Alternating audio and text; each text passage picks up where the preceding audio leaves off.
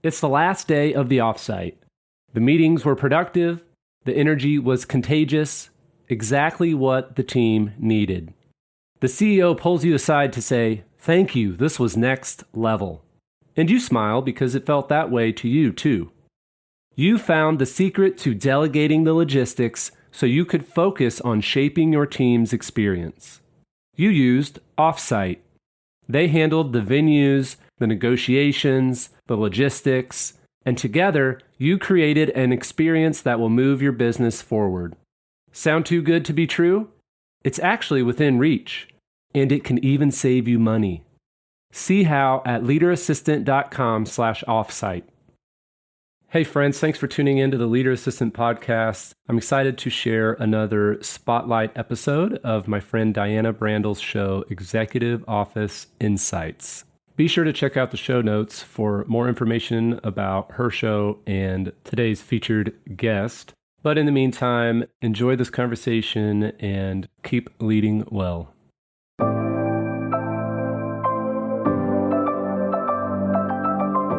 The Leader Assistant Podcast exists to encourage and challenge assistants to become confident, game-changing leader assistants.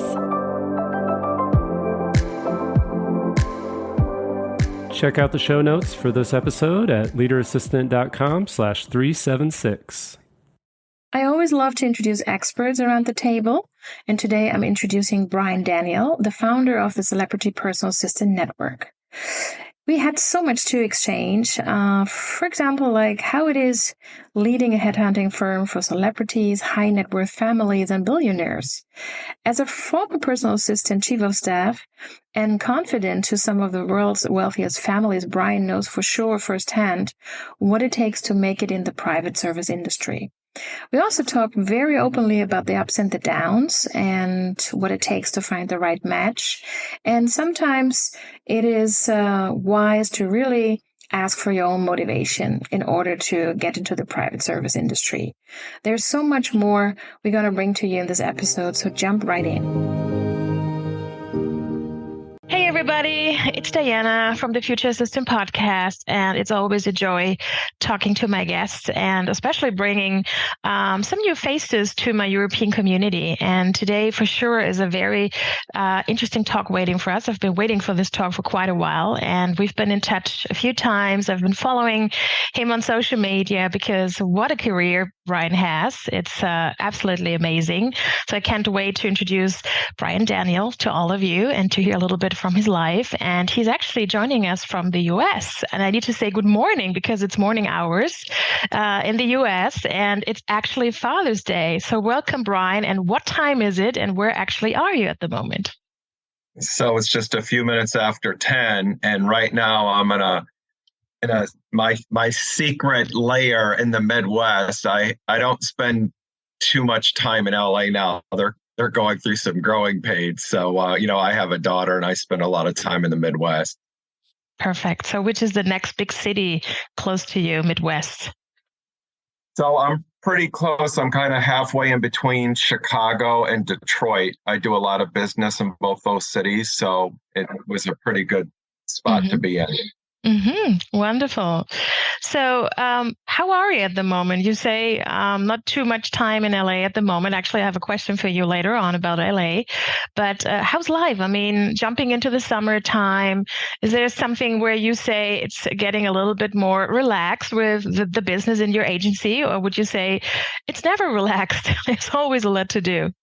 You got it. There's always a lot to do. Certain industries follow certain patterns, especially with hiring. But in private service, everything's always at level 10 because the lives of the super wealthy, they're always quite busy, as you know, and there's always going to be personal and professional emergencies. So my phone rings at all times of the year. There's a famous story about New Year's Eve. I had a famous pop star contact me because it was almost before midnight and she really needed somebody. And I got her someone on New Year's Eve. So that happens. Even on New Year's Eve, 24/7. Wow. Speaking of ringing phones, but also traveling, you're currently in the Midwest. And I look back at your career, you've been traveling a lot with your clients. So how about right now? I mean, do you hop on a plane every week, or how is it at the moment? That's a great question. So it depends on the circumstances. I would say once a month, I'm on a plane to go meet a client. I'll often go on location because the clients that contact me are often in dire straits.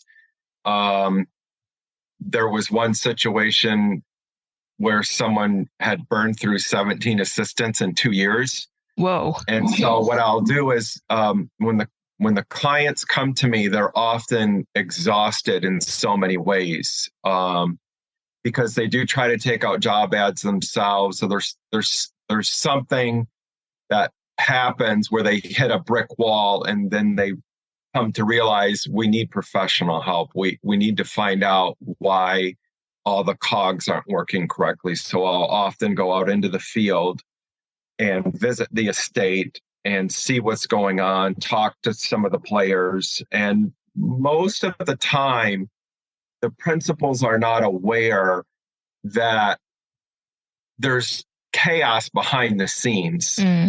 They often think they have a very well-oiled machine, but that's often not the case. A Ferrari has a lot of moving parts, and they're very temperamental, aren't they? So, when you have these big mega estates, many of them over 20,000 square feet, and you have a lot of employees and a lot of departments, there can be a lot of backbiting, backstabbing, inefficiencies happening in the operation. And sometimes they need a third party to go in there and take a good look at what's going on. Yeah, absolutely. And it's good to have someone like you being involved, because you are in the middle between the assistant you hired for your client and, of course, being also the contact person for your client. So I can imagine that the job never ends, right? There's always something to do. Mm-hmm. So we would love to hear a little bit more about your professional background, Brian. So why don't you let us know a little bit out of your bio?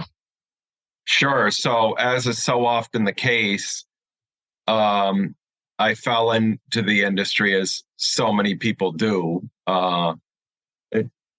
When you ask people how they got started, they'll either say a friend of a friend, or I was the neighbor's niece, or something like that. And it happened quite by accident. So the first personal assistant job I had, I worked for an extended member of the Johnson & Johnson family. And that was, the floodgates opened after that. I was hooked, working in the private estates and working behind the scenes and booking private jets for people. It became pretty exciting. And so I had a long career as a personal assistant and estate manager and a chief of staff working for high net worth families. I worked for a very famous voice coach for several years who does all the Hollywood stars. And I worked for the Royal Saudi family for 2 years. And then I came to a crossroads where I had to decide, if I was going to take a step back or not, because, the really long hours and constantly on the road kind of gets to you after a while. The blessing is the curse. The things that are very good about the job can become a bit of a chore. So in 2007, I decided to become a recruiter.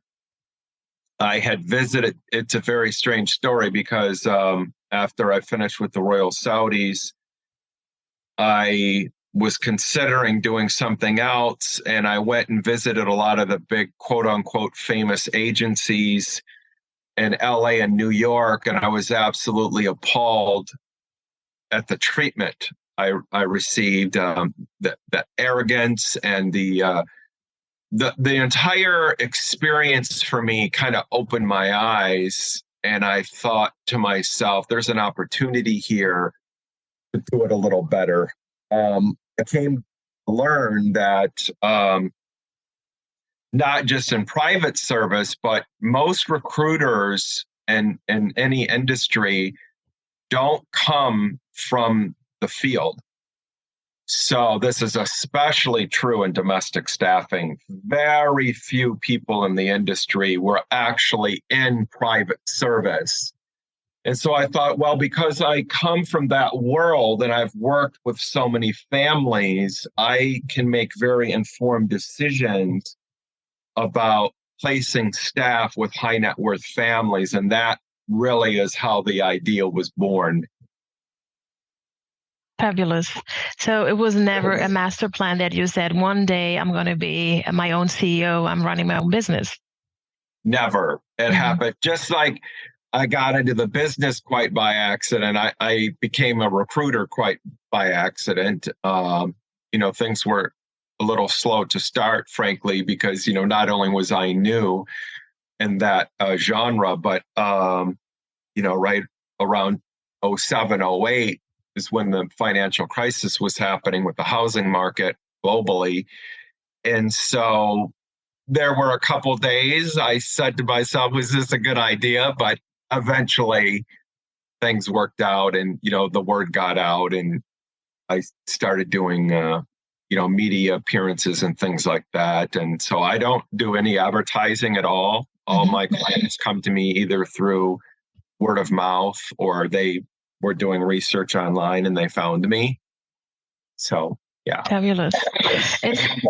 What does it do to you when you look back? Telling me in that moment about your career, is that still like a pinch me moment where you say, wow, incredible when I look what I've been doing, and I've been running my business for such a long time. So what does it do to you when you talk about it? Well, there are a lot of really great moments. Something very interesting happened about 2 years ago. I can't believe it's been 2 years, but I got a call out of the blue from someone associated with the real life Crazy Rich Asians family. And I kind of became, I don't want to say friends with the gentleman, but he was calling me frequently. There would be sometimes a whole week would go by and I talked to him every single day. So for months and months and months, we were talking, and we were trying to find him the perfect traveling assistant. And because he was in a very, very unique set of circumstances, and because COVID was happening, it was very difficult to find a perfect fit. And long story short, there were several initiatives that he was involved in. He had a lot of projects he wanted to do that I was perfectly suited for. So I just threw this out there. I had a crazy idea. I said, you know what? Maybe I should come on the road with you for a short time and really learn about the inner workings of your operation. And then I'll be better informed about what it is you want, because so many of the clients think they know what they want and what they need, but they don't. Right. So I ended up going on the road with him, and 1 month turned into 6 months. And we were in a new country every 2 weeks. It was a very jet set sort of thing with lifestyle management. And it reminded me of being with the Royal Saudis. And, but interestingly enough, because I had been out of the game for a little while, it made me realize how important brushing up on your skills, professional development initiatives, because there were a few times where I stumbled, especially with technology. And it was a very interesting situation because I was training 3 other new people to the industry. That was one of the things I was tasked with. And, these young folks coming in here and, growing up with iPhones in their hand, they're very good with technology. So we had things that we taught each other. And in any case, that was a pretty fun adventure. Kind of get back into the game again and be out there in the mix. Exactly. But how wonderful really to prepare yourself, to find the right match for this customer. I think that's the perfect approach. So you've been naming it already. You worked as an EA, chief of staff to celebrities, billionaires, and royal families. So for sure, there's not only booking jets and villas and private security, there's much more involved. So how would you describe some of your jobs you've been doing in the past? It's very interesting because,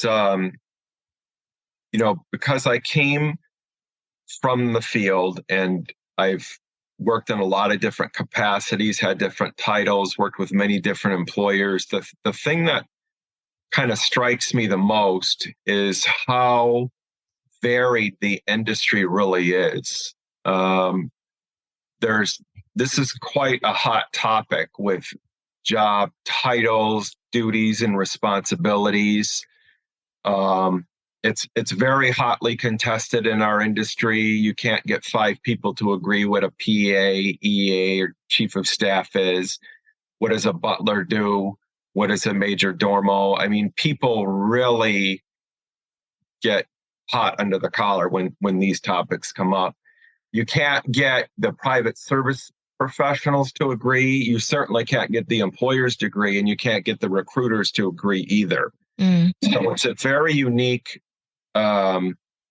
industry we're in that sense, because if you look at engineering or project management or even dentistry, there are a lot of commonalities in those fields, terminology, procedures. There's a lot of uniformity in other industries there isn't in ours.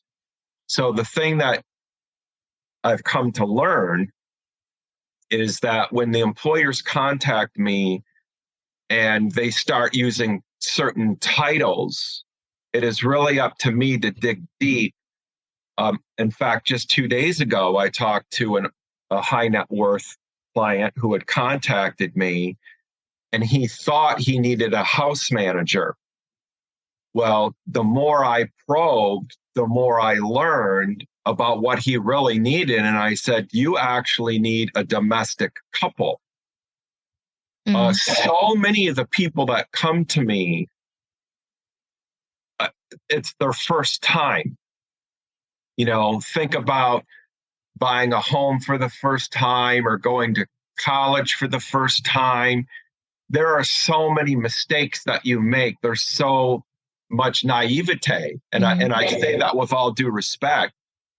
So it's very difficult when you're talking to the clients to get them to confess, if you will, about what it is they want and need, because, they're holding their cards so close to their chest. But the other thing is they don't have a way to express or articulate what it is they need, because they just don't have the vocabulary for it, because it's all new to them.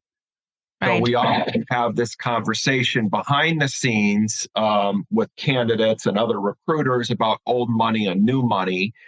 So in Europe, they're doing, frankly, a much better job than we are in the United States with domestic staffing, because it's been around for a lot longer, hundreds of years. They've had all of these different positions in the estates, but for a lot of the families in the United States, it's all new money. So people come into money, or they've inherited something, and then suddenly they have hundreds of millions of dollars and they're buying these big estates, or they're being built custom. And then they're walking into the HVAC room and there's all these buttons and they don't even know what to do. They don't know how the systems work. And then they start hiring staff on their own, and it becomes a hot mess really quickly. And then they go on the internet and they start doing some research and they say, oh, wow, there are professional outfits out there. There are domestic staffing recruiters that specialize in this space. And so most of the people that come to me are in dire straits, or they wouldn't be coming to me in the first place. Many of them have been to other agencies and got burned. And so it takes a great deal of patience to be able to unwind the mess that they're in. The analogy that I could use is, let's say there was a big construction project happening and there's a lot of moving parts and you had to fire the contractor, and then another company has to come in and clean up the mess. And they say, oh, look, this foundation was poured wrong and you're getting cracks in this thing over here. And this was not inspected. You know, I don't have the vocabulary because I'm not an engineer or a contractor, but you get the idea. Absolutely. Yeah, go ahead, please. I was going to say, because you just mentioned patience, I can only imagine that your clientele, I mean, do they have patience? Do they have time? It's always like fast pace. I mean, what does patience mean? I mean, it is a journey, right? It's not a fast match. It's a journey to really a marathon sometimes, to really find the right people, to find the right staff. And the process you described, I can only imagine how much time it takes and how much kind of interviewing it takes from your perspective with your clients to really know, okay, who do you need? And now I start, my process. So patience is tough because, as we all say, time is money, and usually there's not enough time out there, right? So is there an understanding for patience when you talk to your clients? Well, when we are in this business, we in hospitality and especially in private service, we're using the term thick skin. You have to have very thick skin and a lot of resilience. As recruiters, we're always behind the 8 ball because unfortunately, the clients, most of the time, they're in a very big hurry. And the problem is that, we live in this instant gratification world, which is especially true, becomes heightened to the nth degree when you're an ultra high net worth individual. They're used to snapping their fingers and get everything they want in short order. But the problem is when you're trying to find the perfect match made in heaven, it is not a process that can be rushed. I got a call about a month ago from an ultra high net worth individual in the Central States who they were desperate. They wanted to hire someone yesterday. There was a great sense of urgency. That is almost always true. But with this one, it was exceptional. I mean, the assistant that I was talking to on behalf of the client was almost frantic when, they needed to hire someone right away because there was a big project they were involved in. And the demands can come quickly and with a certain kind of fervor. And we have to talk the clients off the ledge. That's really the best way I can describe it, because they're already in a certain pattern that they've been following. And what I try to convey to them is that we want to break the cycle. So if they have a great sense of urgency and they're in a certain state of desperation, they're going to make the wrong decision. And what we don't want to happen as recruiters is we don't want to get a call 45 days into the placement saying that there's problems. Mm-hmm. So those calls can either come from the candidates and or the clients. So that's why it's so important to be thorough. And one of the things, the great difficulties I face is getting the clients to be candid with me. Mm-hmm. I often lose clients in the very front end of the process, and I'm fine with that because I have to press them. Most recruiters are just chasing commissions. I'm not about the money. I've never been about the money.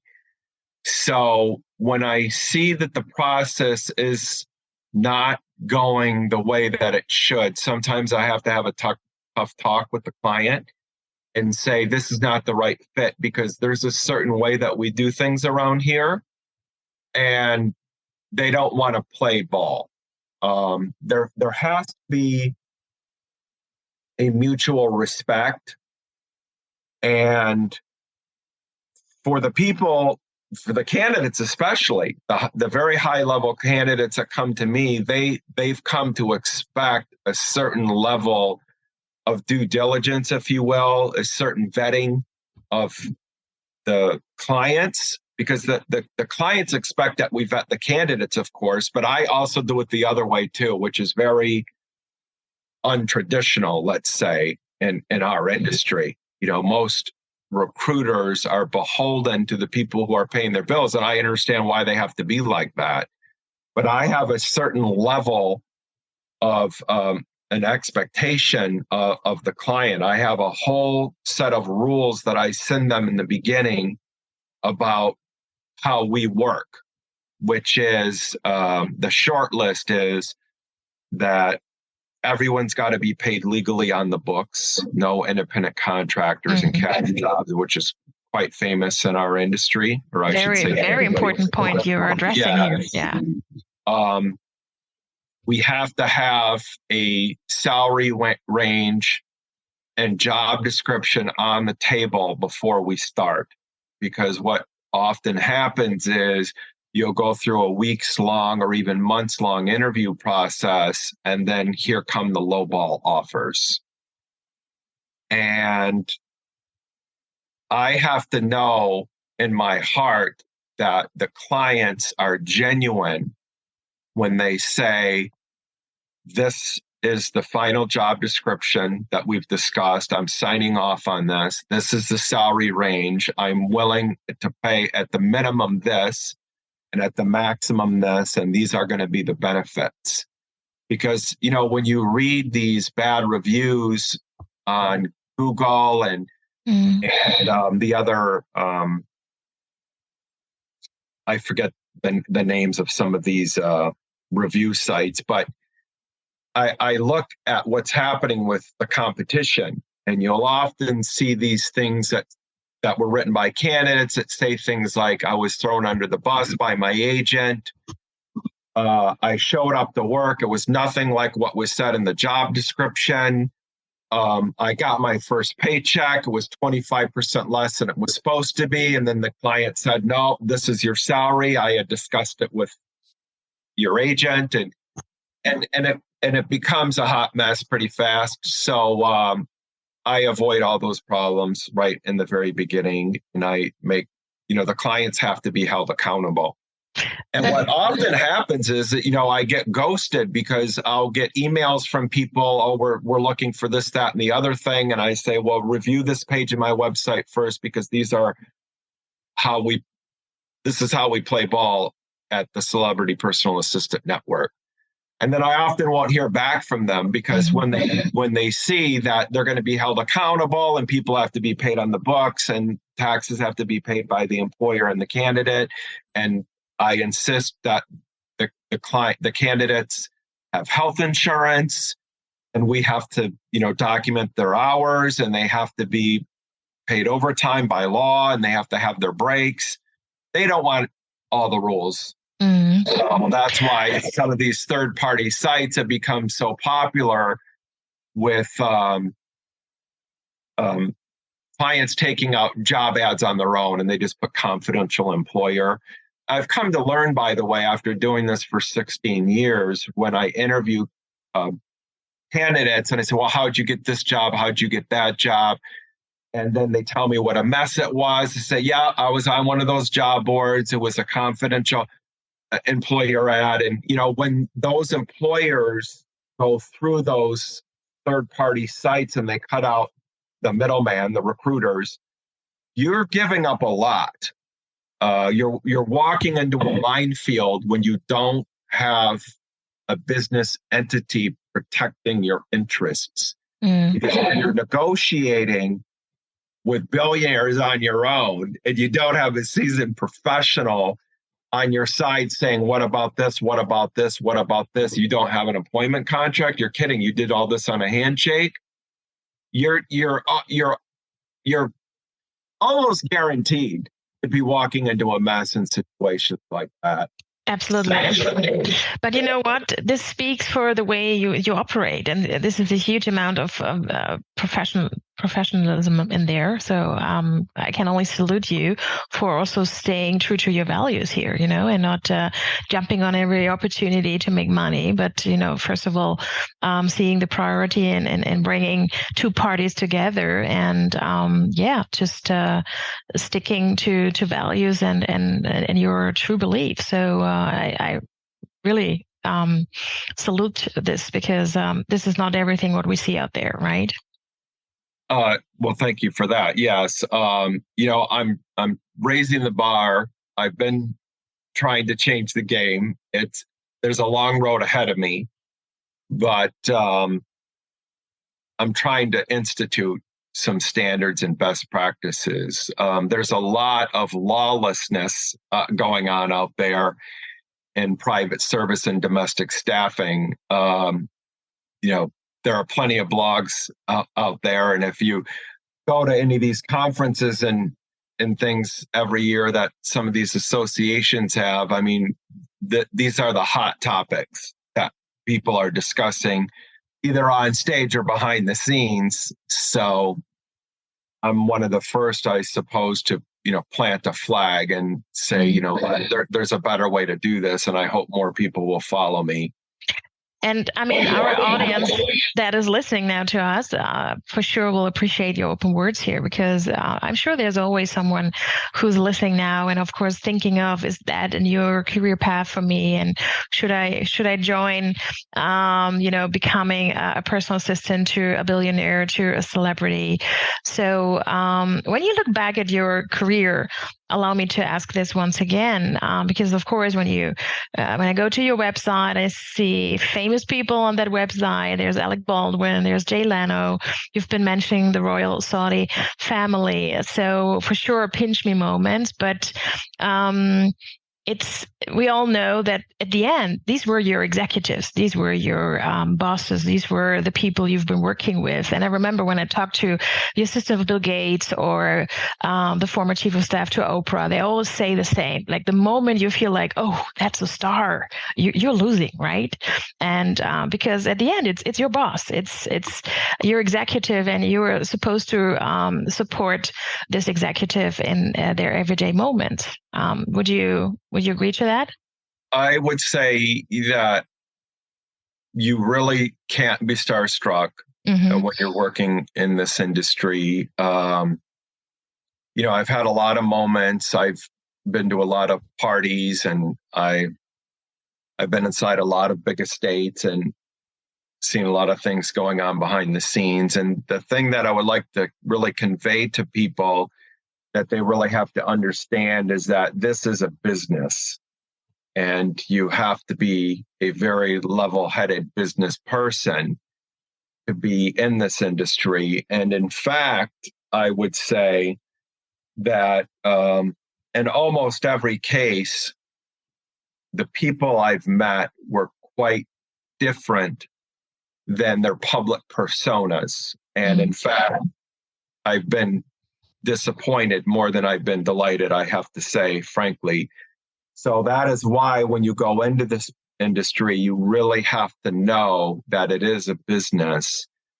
And at the end of the day, private service professionals do face a lot of adversity.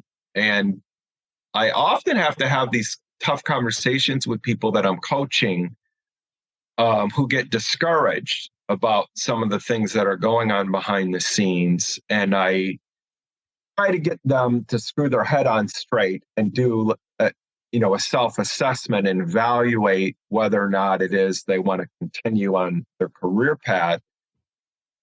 The analogy that I like to use is with police officers or with teachers. So if you're in law enforcement and you're out there in the world and you're not making much money and you're getting shot at and you're dealing with a lot of the dirty parts, the seedy underbelly of society, it makes you wonder why people would want to be in that profession. But there is something about being a law enforcement officer that people really love. And then the same thing can be said about teachers. We know teachers get abused. They're taking a lot of heat. They're working very long hours. the helicopter parents and, the kids shooting spitballs at them. Well, why would you want to do that for such a low pay? Well, there is something about that profession that delighted them, and that's why they got into it. Mm-hmm. So I say the same thing to private service professionals, right? There's the service heart, and sometimes people call it a servant's heart. There's mm-hmm. something about the hospitality industry that people really love. And so, like any profession, there will be good times and there will be bad times. You have to maintain your composure, a stiff upper lip, as the British say, right? Mm-hmm. And absolutely. And I have to jump in here as well, because I just read today earlier, I'm sure you're aware of that because of your networks, Anna Wintour is looking again for a new assistant, and the salary is $80,000. And I know a lot of assistants probably listening to us and reading this at the moment, they would say 80,000. Oh my goodness, this is not going to work for sure. Right. The amount of work I bring is much more worth.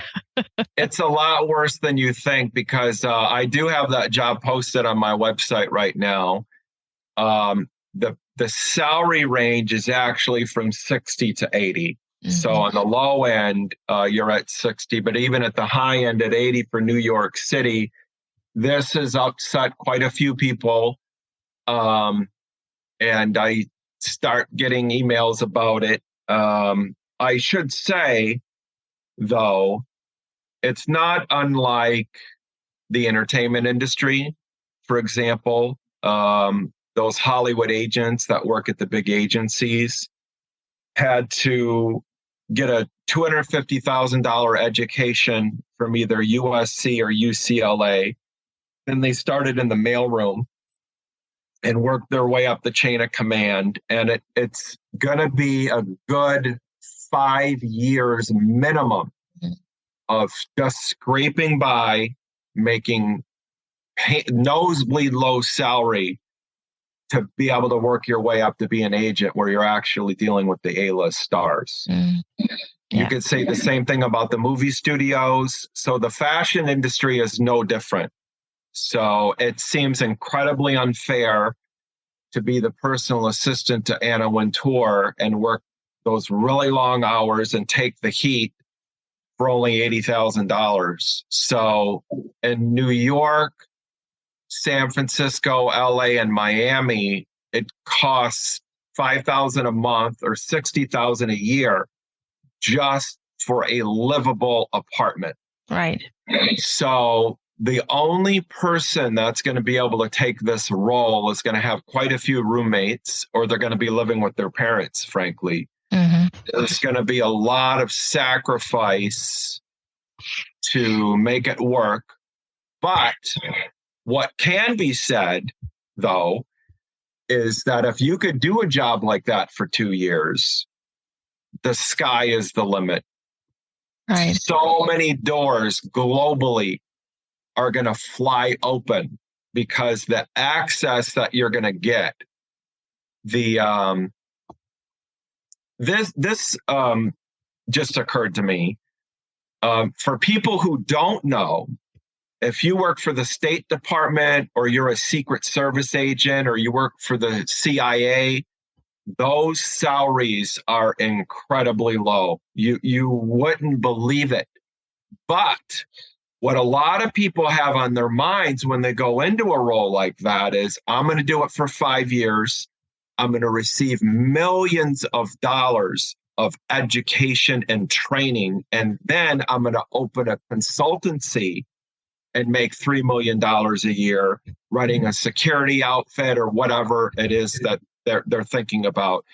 So if you want to work for Anna Wintour and you can financially get by, the rewards at the end are going to be, there's going to be a big pot of gold at the end of the race, because you're either going to be able to move up in that company and maybe become a vice president, or it's going to give you access to all the fashion designers. And so there are many rewards that are going to come from the training and education that you're going to receive along the way. Mm. You have to do a lot of soul searching. Right.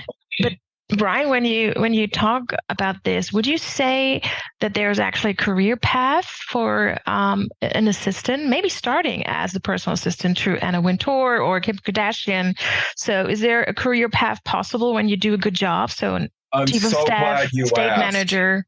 Yeah. Right. I get emails every single day from people all over the world that are either in the industry already and they're trying to level up, or they're thinking of breaking into the industry.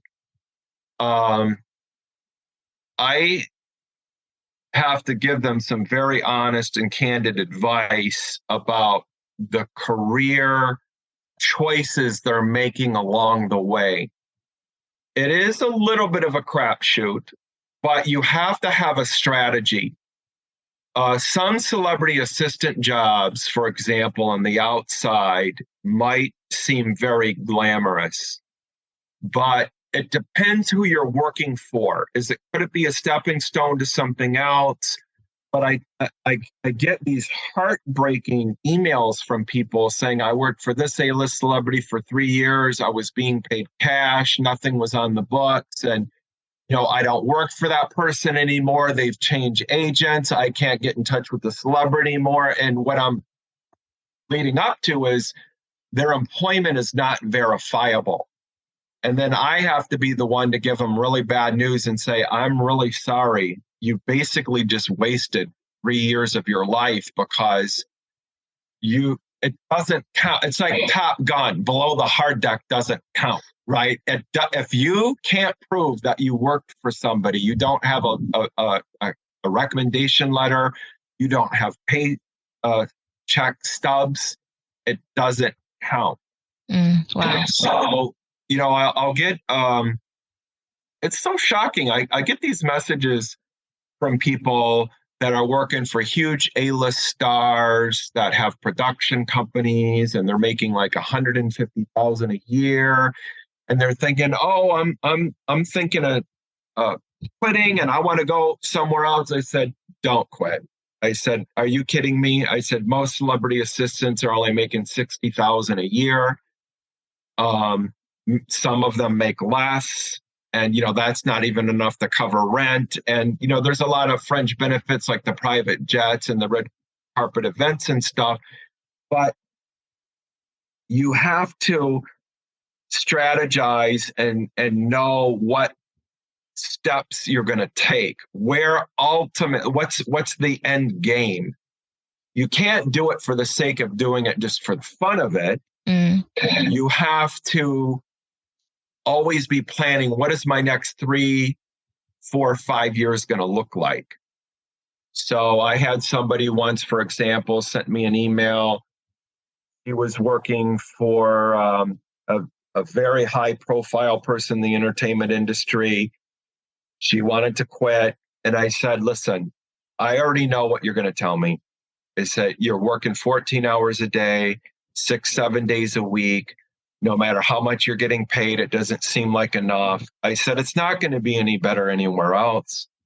I said, the bright side for you is that because the person you work for has this gigantic multinational company, that you can start showing your value, work your way up, and you could be a vice president to one of these many businesses that this famous personality has.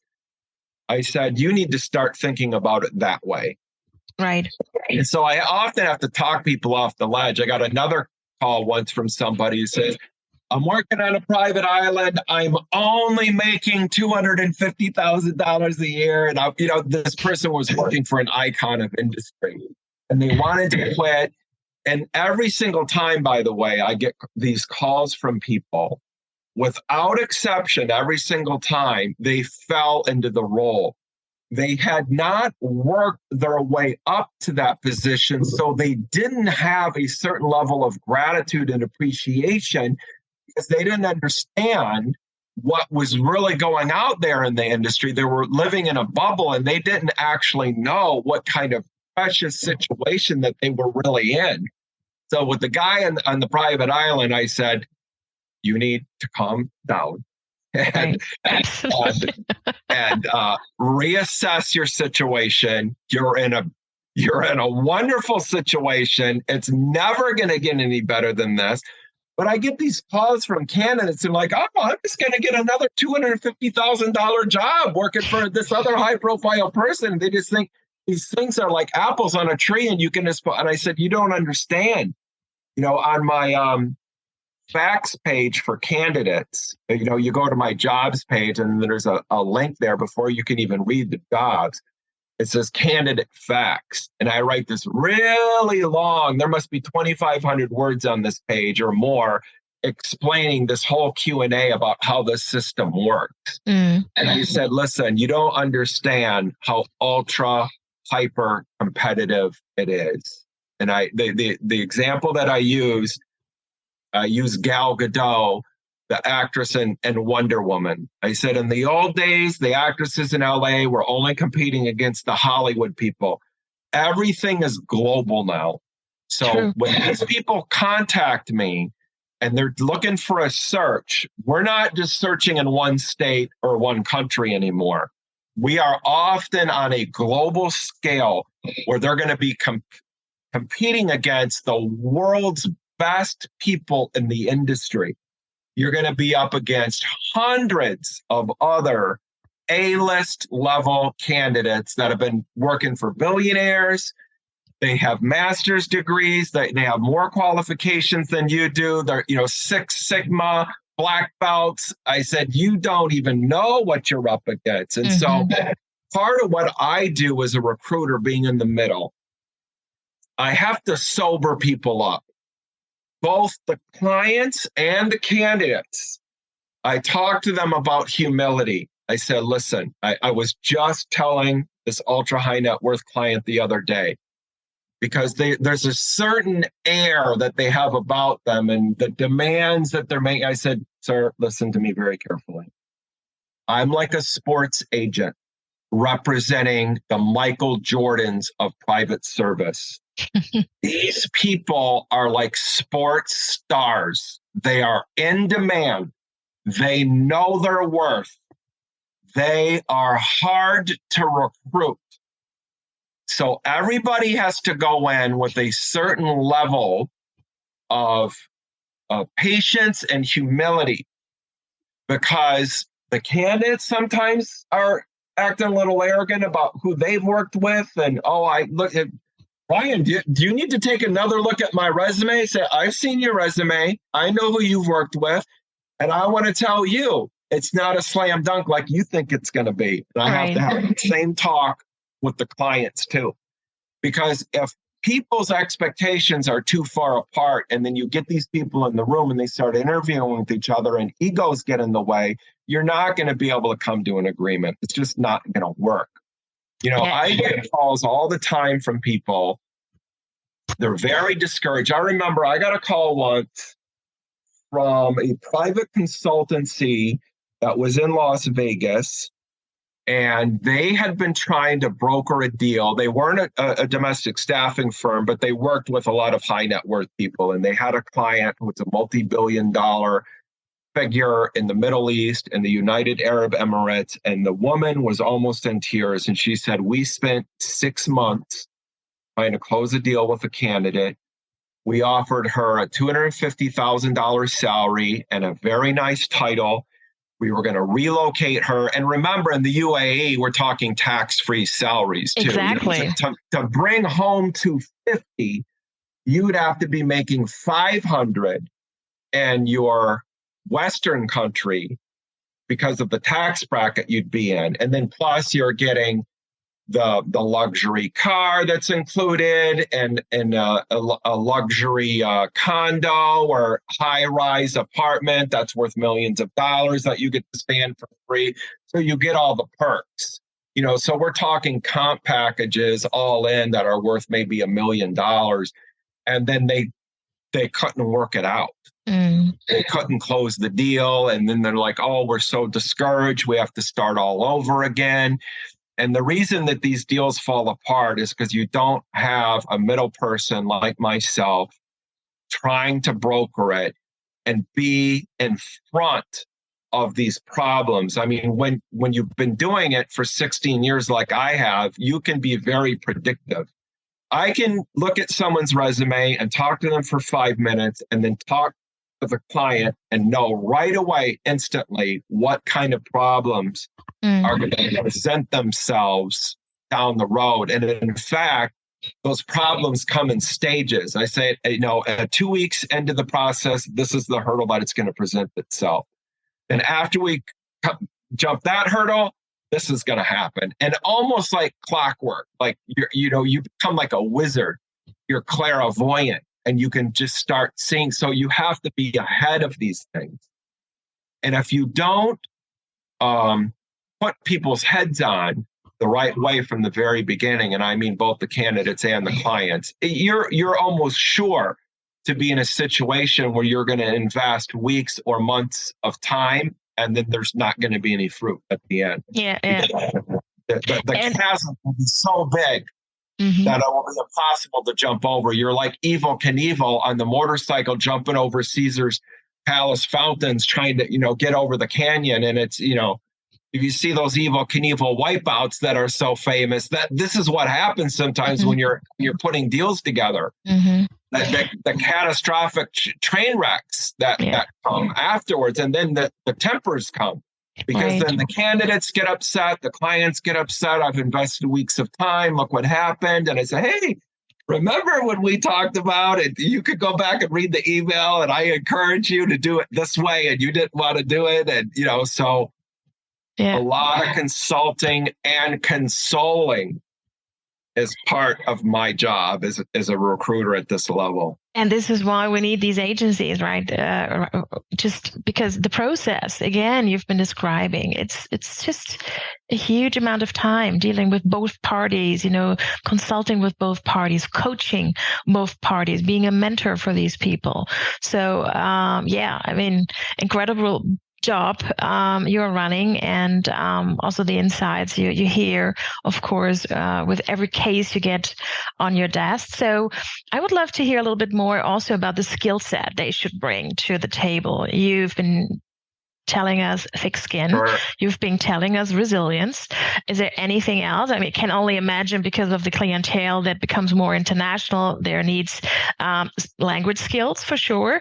What else would you add? I mean, in order to serve this? That's a great question. So somewhere on my website, I have a graphic of a three-way Venn diagram. It might be on my employer's facts page on the bottom. I'm trying to remember, but on that Venn diagram, in the very center of those three rings that come together, it says lightning in a bottle. And the three categories for the Venn diagram are hard skills, soft skills, and then traits. Right? So it's this industry is wildly unpredictable. So you could be an estate manager for a high net worth person in tech, let's say. And those two, you could have two different estate managers working in a 20,000 square foot estate, and both the employers are in tech, and the jobs will be night and day different from each other. So the first thing I want to say is, it's really hard to coach people on a career path because, this just occurred to me. So I got to meet Drew Barrymore once. I was at a small event. I was there talking to her and her producing partner.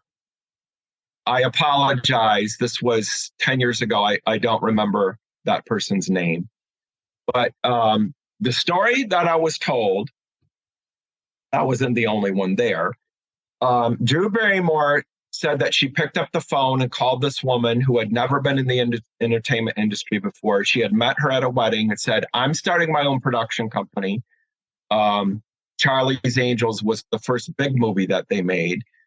And she called this woman and said, I want you to be my producing partner. So this woman said, I read a book about being a movie producer. And then come to find out, when I actually started producing, nothing that I learned in the book was true. Now, that is said about private service also. So I could coach people 6 ways from Sunday about what happened when I was in the industry.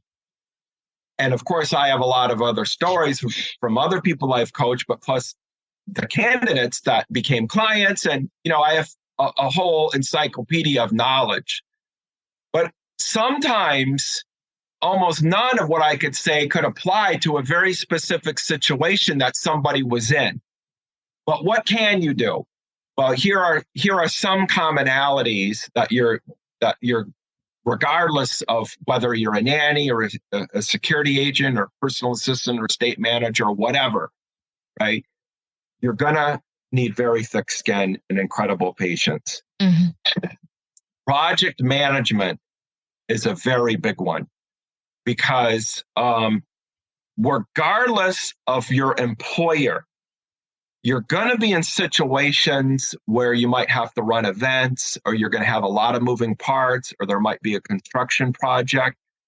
So getting the PMP certificate is not something that very many people talk about. But if you get yourself involved in project management, there's no way to lose. Another commonality is that you really need to up your skills with Microsoft Office. Most people who think they're black belt wizards at MS Office, they really aren't. They don't know every single command in the ribbon. They just don't. They think they're pretty good at the commands that they do know.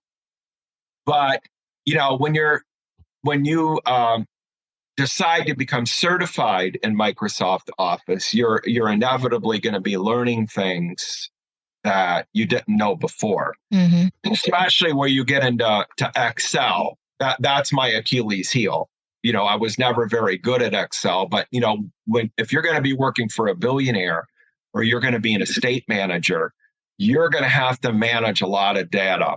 Right. You're going to have to be aggregating things, and you're going to have to be a wizard with Microsoft Excel and, of course, Word, and then the calendars and all of that. So in addition to PMP, I would say, up your skills in Microsoft Office. That will never fail you. And what also people have to do, I often get emails from people who said, I'm the neighbor's niece. I just got hired. I'm starting in 2 days. I'm working for a billionaire. I have absolutely no idea what to do. Crash course. I say, go to the sitemap on my website. There is no other website anywhere in the world that has as many resources as one place available for free to the public as my website. There's no close second.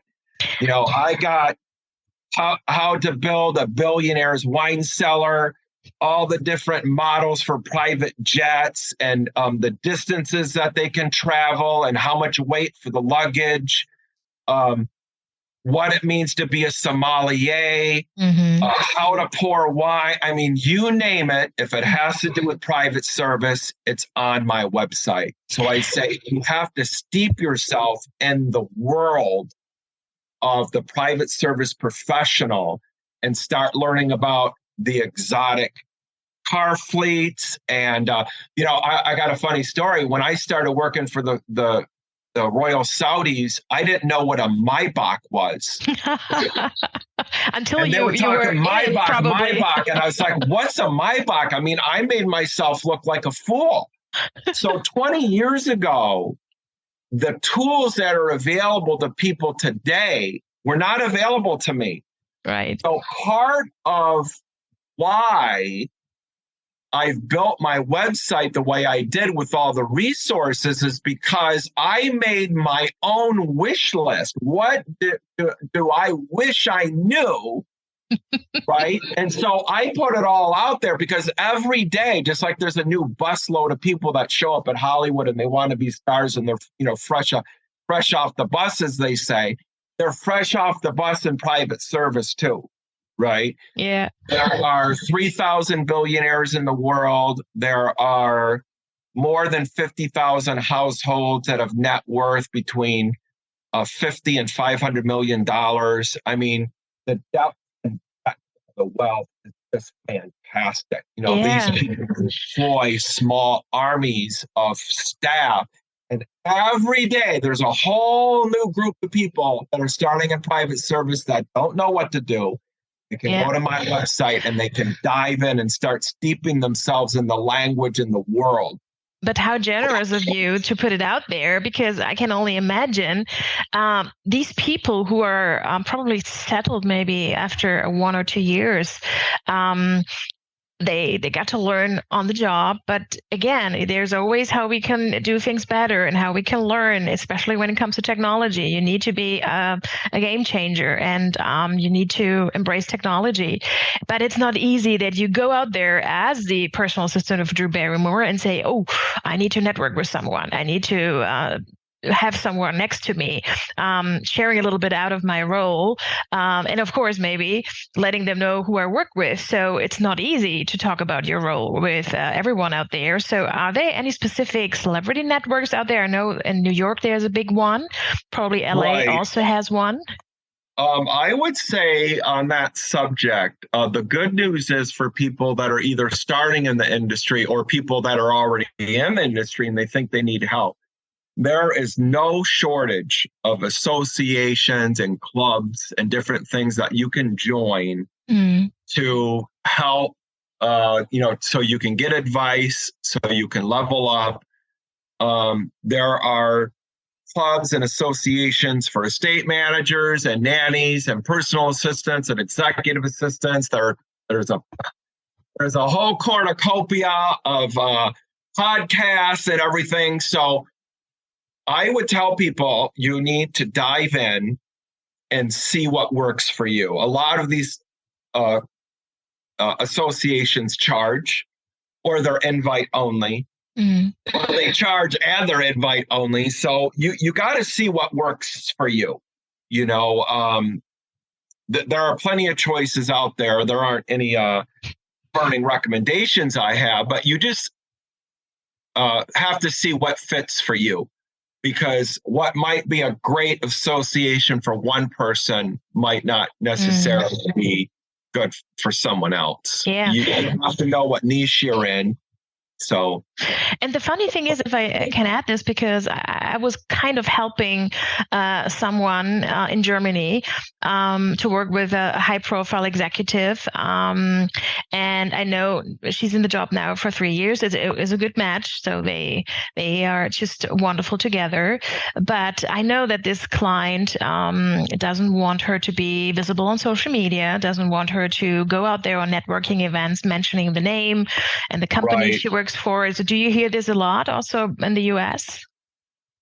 This has always been a problem in our industry. So this idea of discretion and keeping a very low profile, I'm the poster child for what you're not supposed to do, but, I'm not in the industry anymore. So that's why, a lot of people that I know that have been in the industry for a very long time and they've survived and they've been able to go from one job to another.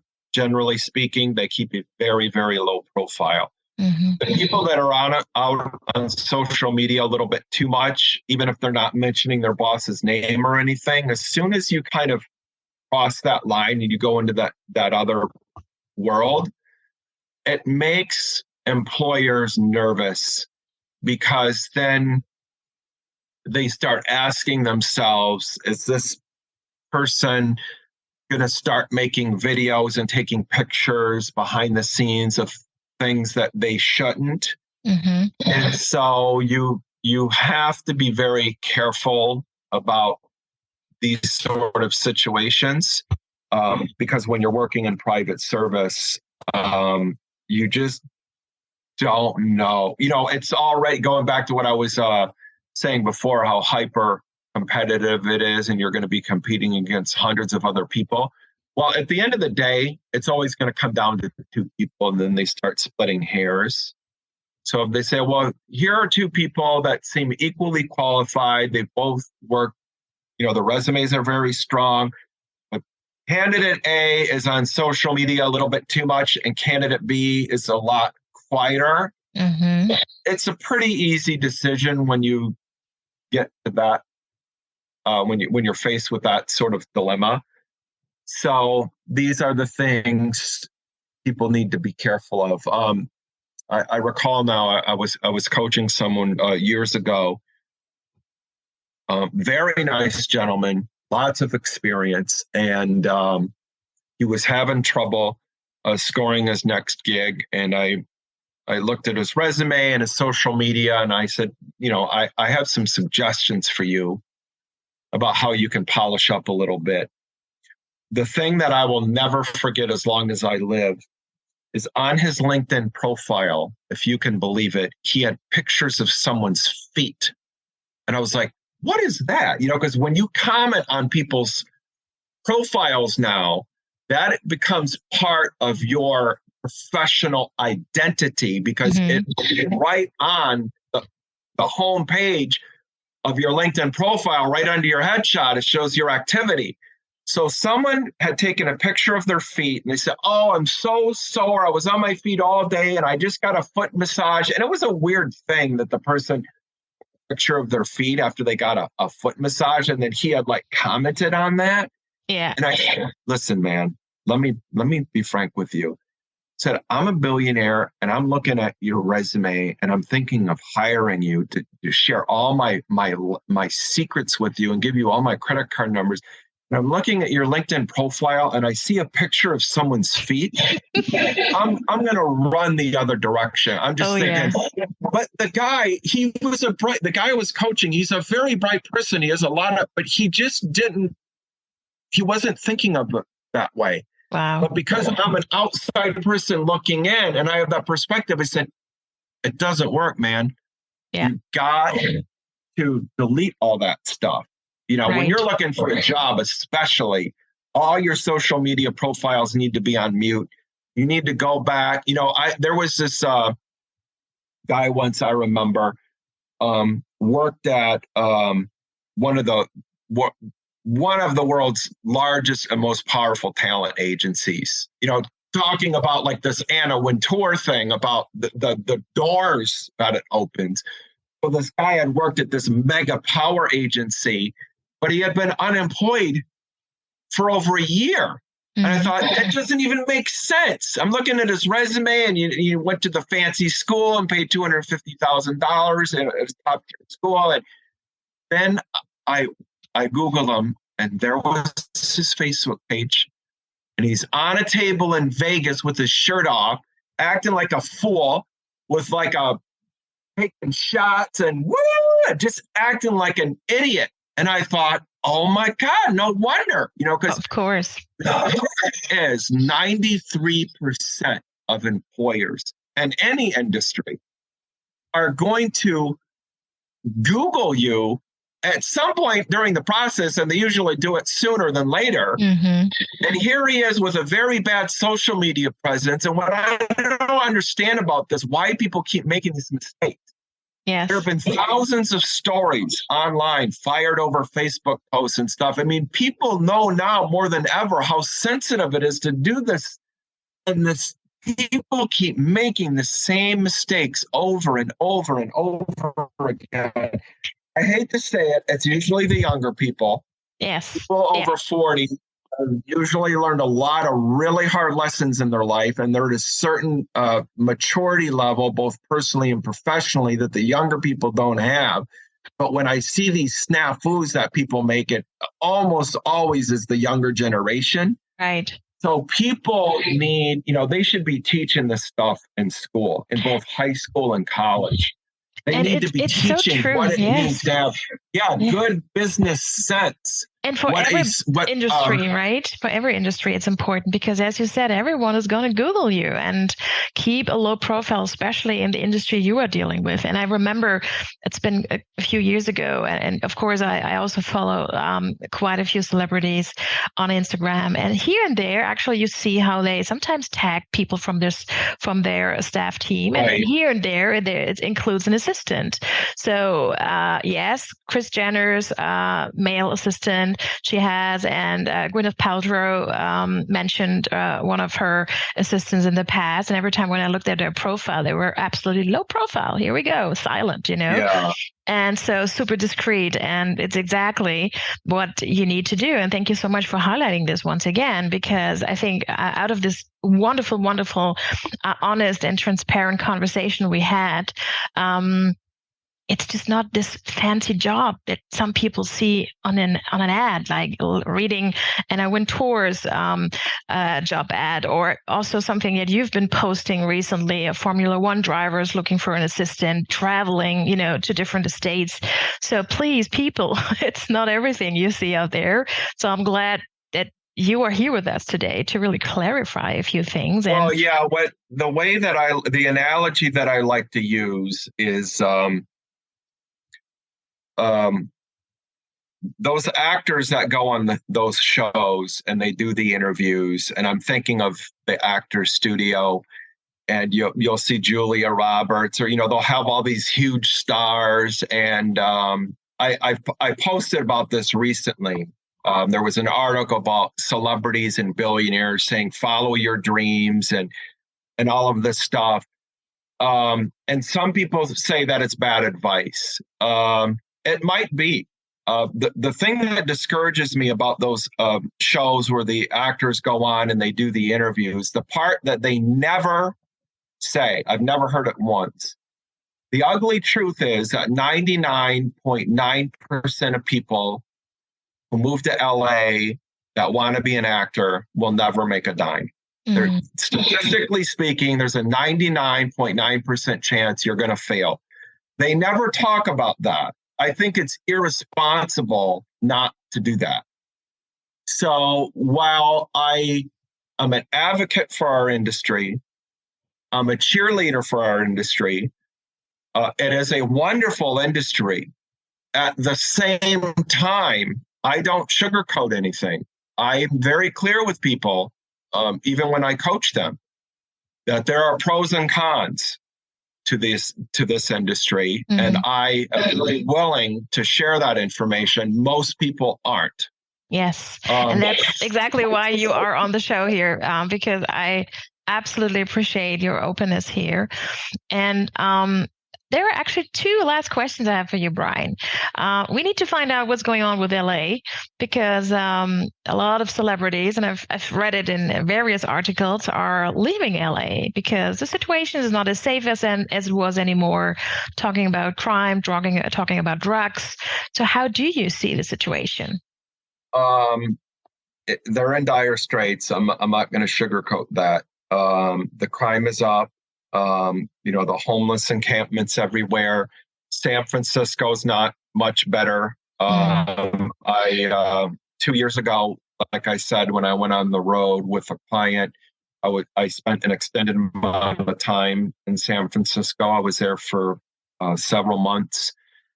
And California, generally speaking, they've got some challenges that they're trying to face. So the good news is this: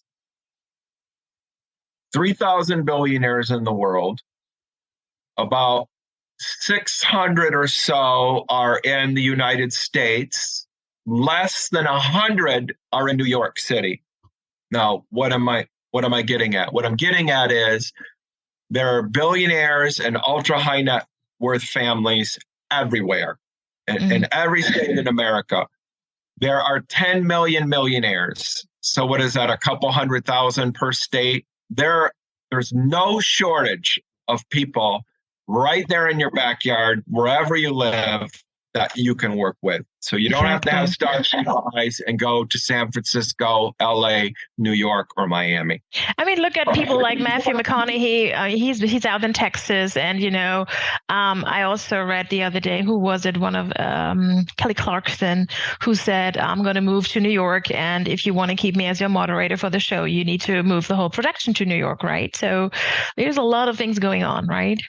Yeah. So what I tell people is, one of the biggest surprises in my career is, I get these frantic calls from people in the middle states. So not just the Midwest, but any of those states. As soon as you go off the coast, the East Coast or the West Coast, and you work your way inward, it becomes incredibly difficult to get world-class talent. Okay. Now, the big shocker to me is how unwilling people are to make a move, go out of their comfort zone. I'm working with a client now in the Midwest who's a high-profile billionaire, and they're doing a nationwide search for a chef and a housekeeper. And the reason is they can't find the caliber of talent that they need outside of those big cities, right? But the problem is a lot of candidates don't want to move. Mm-hmm.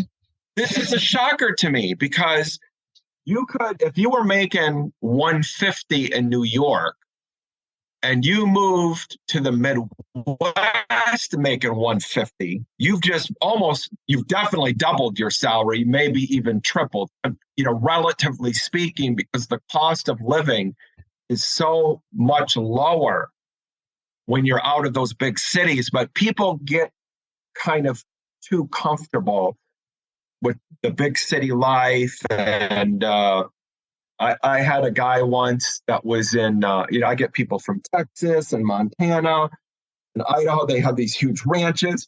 They're willing to pay $150 and up. They can't get the talent because people don't want to go to their comfort zones and move out of the big cities. So I would say to the people who are new in the business that want some world-class opportunities, take the road less traveled. Mm-hmm. Go out of the big cities, because if you're trying to level up or you're trying to break in and you're competing against that world-class talent in those big cities, it's going to be much harder for you. Yes. If you take the road less traveled and you're willing to go out of your comfort zone, there are some world-class opportunities, once-in-a-lifetime opportunities out there just sitting, waiting to be had if you're willing to go for it. And people, don't do it on your own. Make sure you reach out to Brian, who has the right network. So make sure check in. I'm glad to lend a hand. Yeah. Make sure you check in with our show notes, because there you'll find all the information around Brian's agency and his LinkedIn profile. And of course, make sure you connect and learn even more. But I have one last question, actually, because you have been on the road a lot with your former executives when you were part of this industry, being there as an assistant chief of staff yourself. So when you look back at all these trips on these private jets, going to all different countries, what is one of the most memorable trips you still have in your head where you think like, that was great and maybe I'm going to go back one day? It's very ironic that you're asking this question. So I did a tour of the Middle East. I was in several countries, including Saudi Arabia. I might be going back actually very soon. I have something, hot off the press that this is the first I've talked about it. The exclusive on your show. I might be going back to the Middle East for a project. The Middle East there's so much to offer. I've been all over Europe, all over Asia. I've been to the Middle East, and there's something, the mystique of it. It's not what people think it is. Of course, certain places you do have to be careful, but that's true in Europe too. Absolutely. Paris and London can be very dangerous. Yeah. So I had a wonderful trip to the Middle East. I've been to Dubai. even though it's not the Middle East, I've been to Istanbul, but it's an Islamic culture. I was in Jordan. I loved it. There's so much to offer. There was that story I told you of the consultancy in Vegas, and someone turned down a $250,000 job. They didn't want to move to the Emirates. There are a lot of opportunities out there in the Middle East. I think people should look into it. Absolutely. And I actually teach there. I have clients when I run my webinars. So a lot of assistants joining my webinars from the Middle East. And these are very high profile assistants. And really, it's a whole different level, as we all know, how we look at Dubai and also Saudi Arabia, what you have been sharing with us, or other countries. And I like to observe that. And by the way, I also like the fact that they actually have a lot of male assistants in these countries. Is this something you observe as well? Yeah. So particularly in the Middle East, there's a lot of opportunity for men because, as we know, there's no sugarcoating this. Most assistants in private service or in the corporate world are women. It's a little tougher for men for a lot of reasons. I don't want to get into all of them, but it has something to do with a little bit to do with the egos of the VIPs that you're working for. But for cultural reasons, the women in the Middle East hire female companions or assistants, and then the men hire males. So there are definitely a lot of opportunities out there. Saudi Arabia has really opened up. Their crown prince has completely, I could use the word revolutionized, Saudi Arabia. There are a lot of, they've dropped a lot of these old school rules, and women are driving now and going to school and taking their burqas off and all of this. So, movie theaters are opening. It's a completely different world than it used to be. Yeah. So I would go ahead. So it must be very interesting. First of all, thank you so much for sharing the hot news that there is a project waiting for you. And so I can only imagine how excited you are also to going back to these places where you have been working and spending your time and freshening up memories. Yeah, I'm looking forward to it.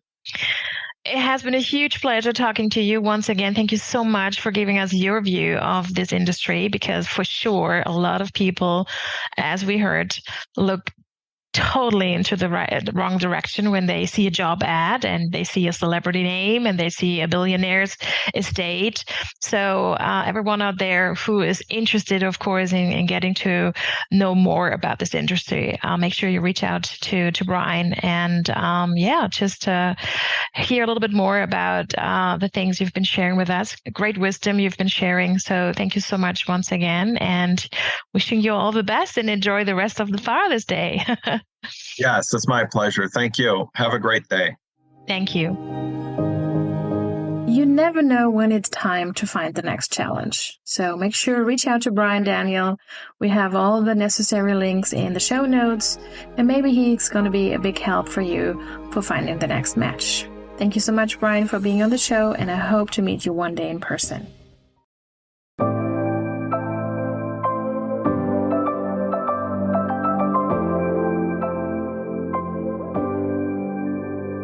Please review on Apple Podcasts.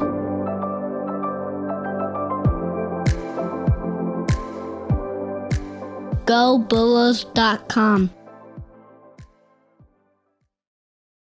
The Leader Assistant Academy is an AI-powered, on-demand professional development resource. It's for growth-minded executive assistants and administrative professionals just like you. When you enroll in the Academy, you get access to the Leader Assistant course plus streaming access to the audiobook. The course includes video lessons for each chapter of the Leader Assistant book, as well as the entirety of the Leader Assistant workbook study and discussion guide.